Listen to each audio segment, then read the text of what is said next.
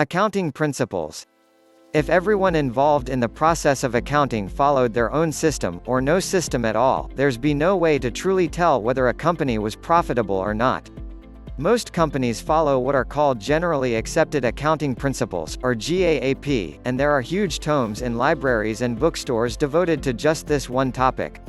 Unless a company states otherwise, anyone reading a financial statement can make the assumption that company has used GAAP.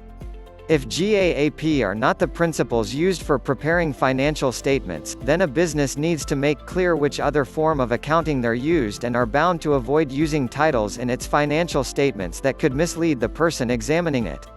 GAAP are the gold standard for preparing financial statement. Not disclosing that it has used principles other than GAAP makes a company legally liable for any misleading or misunderstood data. These principles have been fine-tuned over decades and have effectively governed accounting methods and the financial reporting systems of businesses. Different principles have been established for different types of business entities, such for-profit and not-for-profit companies, governments and other enterprises. GAAP are not cut and dried, however. They're guidelines and as such are often open to interpretation.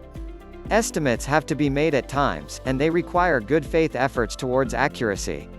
You've surely heard the phrase, creative accounting, and this is when a company pushes the envelope a little, or a lot to make their business look more profitable than it might actually be.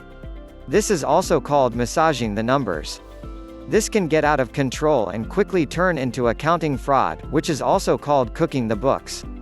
The results of these practices can be devastating and ruin hundreds and thousands of lives, as in the cases of Enron, Rite Aid and others.